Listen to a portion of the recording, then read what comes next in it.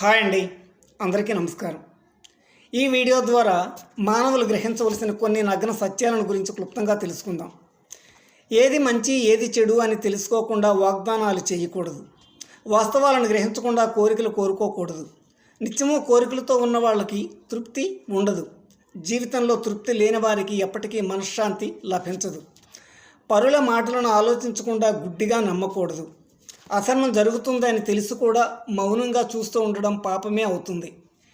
ఎవరైనా సరే తన వెనుకనున్న బలగాన్ని, సంపదను చూసుకొని గర్వంగా విర్రవేగకూడదు. ఎవరిని అధర్మం వైపు వెళ్ళమని చెప్పకూడదు.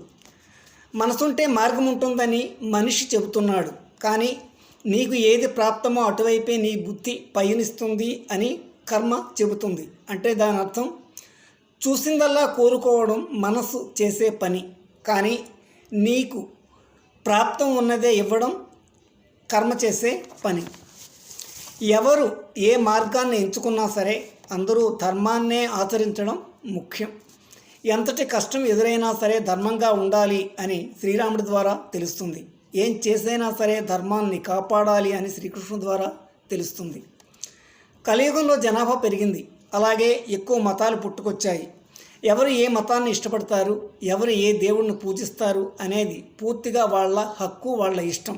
అంతేగాని ఇతర మతాలని తక్కువ చేయడం, విమర్శించడం, ఆశలు కల్పించి మత మార్పిడులు ప్రోత్సహించడం అనేది క్షమించరాని నేరం.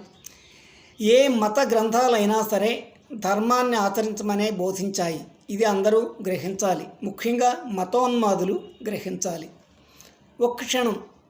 ఒక్క క్షణకాలం పాటు నాలుకపై కదలేడే రుచుల కోసం మానవులు ఎంత ఆరాటపడతారో అనేది అందరికీ తెలిసిందే. అదే ఆరాటం అదే నాలుకపై భగవన్నామస్మరణకు ఉపయోగిస్తే మనస్సుకు ఎంతో హాయి, శాంతి, జీవితానికి పుణ్యం లభిస్తాయి అని ఎప్పుడైనా ఆలోచించారా? కనీసం ఇప్పుడైనా ఆలోచించండి. సకల జీవుల ఆరోగ్యం కోసం గాలిని, నీటిని, మట్టిని రక్షించండి. సర్వే ప్రాణి సుఖినో భవంతు. జై హింద్.